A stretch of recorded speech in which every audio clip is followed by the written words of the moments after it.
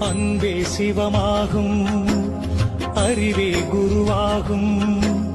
உண்மை அறிந்தாலே அட உள்ளம் தெளிவாகும்.